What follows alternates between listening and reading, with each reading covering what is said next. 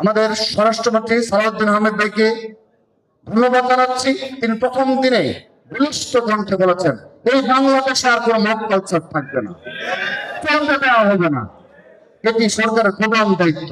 অনেক করেছেন, একটা মব কালচার নির্ভর একটি সরকার ছিল এতদিন। আর বাংলাদেশের জনগণ এই মব কালচার দেখতে চায় না। কোনো মব কালচার যেন আর না থাকে, আপনাদেরকে বিনীতভাবে অনুরোধ করছি, আসুন এগুলো সব ভুলে যাই। এই মব কালচার থেকে বিরত থাকুন।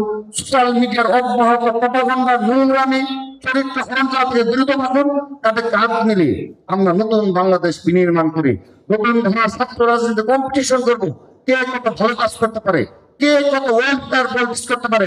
ইনশাআল্লাহ আগামীতে ছাত্রদল সেই প্রতিযোগিতা করবে। ইনশাআল্লাহ ক্যাম্পাস গুলোতে কে কত বেশি ওয়েলফেয়ার পলিটিক্স করতে পারে, কে কত বেশি সাধারণ শিক্ষার্থীর অধিকারের বাস্তবায়নে ভূমিকা পালন করতে পারে, সেই বিষয়ে আমাদের প্রতিযোগিতা হবে। কিন্তু আবারও আমি দাবি জানাচ্ছি, আপনারা যে কমিটমেন্ট গুলো করে সাধারণ শিক্ষার্থীদের নিকট দিয়েছিলেন, সেই কমিটমেন্ট গুলো কতটুকু বাস্তবায়ন হয়েছে সেগুলো আমাদেরকে জানাবেন। প্রিয় উপস্থিতি,